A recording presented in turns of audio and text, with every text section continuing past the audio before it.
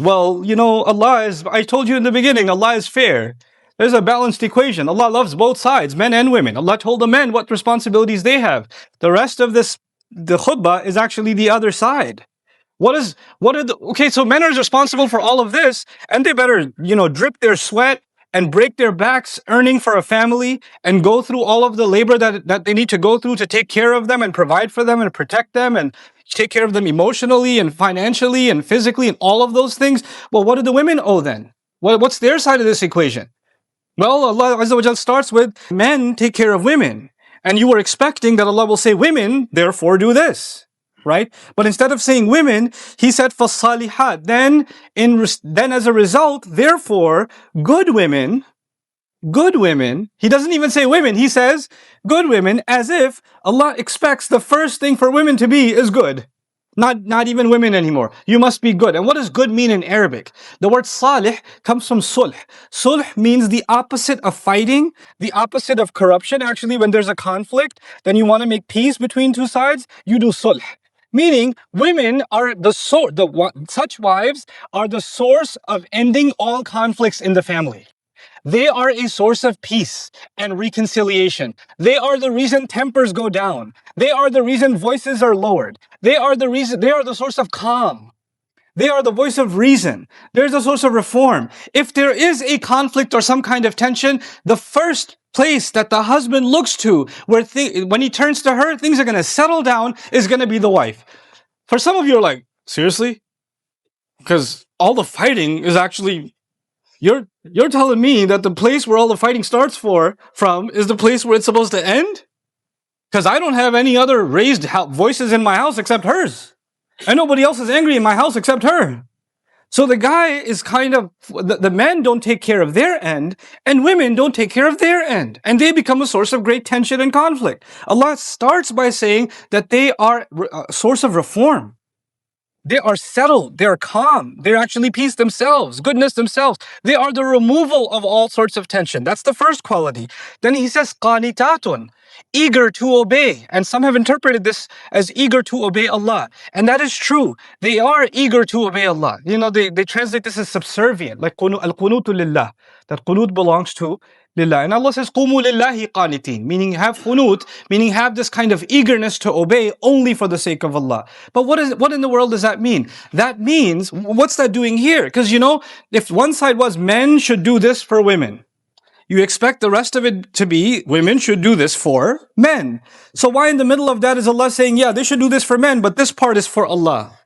Well, the reason that's there is because women should remember that when they are being a source of calm, and when they are providing peace and sakina in the household, they need to realize the only one who can keep a household calm is them.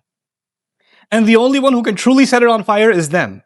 They control the emotional, like in your home you have an air conditioner control that controls the temperature. Women control the emotional temperature of a household.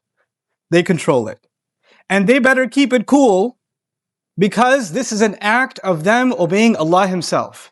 This is out of their eagerness to obey Allah. They need to become a source of calm. And they both need to do that, because men are taking care of them and they're being calm in return. For some people, what happens in emotionally abusive relationships, one person's constantly saying, calm down, it's okay, don't be angry. And the more you say that, the other person's like, no, don't talk to me, leave me alone, etc., etc. So one person has to be upset. One of them, it's either the guy who's upset and she's trying to calm him down, or she's upset and he's trying to calm her down, and they see that as a source of kind of control or power. Like, yeah, I got him now. If I calm down now, I don't get that many points. Let me get some more juice out of this, So I'm going to keep this anger thing going. Just see how far I can take it. So this kind of putting someone in a subservient position, this is against what Allah Azza wa Jal wants. So Allah Azza wa Jal says, qanitatun. Then He adds another responsibility for women. He says, hafidhatun lil ghayb. They guard what is invisible. They guard the invisible. What does that mean? It means that when the husband's out at work, they're not doing anything the husband wouldn't have wanted them to do. They're not talking to anybody who the husband wouldn't have wanted them to talk to. They don't have any friends that the husband didn't approve of. They're not having any conversations that are behind his back. Conversations that are private between husband and wife are not being shared with her mother or her sister or whoever else, because they're supposed to guard that. there's a privacy between a husband and a wife. And just because you're having now, if there's an abuse situation and he's beating you or he's cussing you or he's doing some crazy things to you, then you need to get somebody who can actually help, not just somebody to talk to, but somebody who can come in and intervene. But when it becomes a habit, I just need to talk to somebody, and you're just railing on the husband, or you're sharing things that he asked you to keep private, or you have connections or friends or associates or company, or you're going to places where he would never have wanted you to go to. Had he seen you there, he would have been really upset or really hurt, and you're still doing that anyway. And in your head, well, he didn't find out, so it's okay. Allah says, "Hafizatun lil ghaib." They have to guard what is invisible, meaning part of the meaning is what is invisible to him. They have to guard that. Bima hafidhallah, because of what Allah ordained should be guarded. You see, now the equation is balanced. On the one side, Allah Azza wa Jalla told men, you have to spend because Allah has put that responsibility on you. Bima faddalallahu ba'dahum ala ba'd wa bima anfaqu min amwalihim. On the other side, hafidhatun lil ghaibi bima hafidhallah. They have to guard what is in the unseen because of what Allah has decided to guard. So they're not supposed to be keeping secrets from their husband. They're not supposed to be having, passwords on their phone, and the husband says, "Can I see your phone?" No. Why? I don't know. Hold on a second. Let me erase everything. Okay, now you can see it.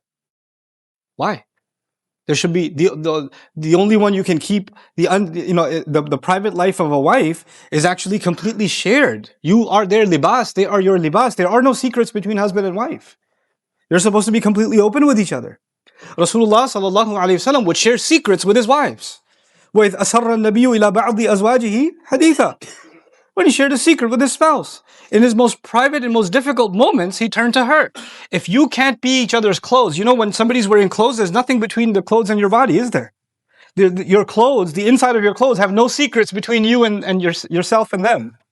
That's the description of a spouse, a husband and a wife.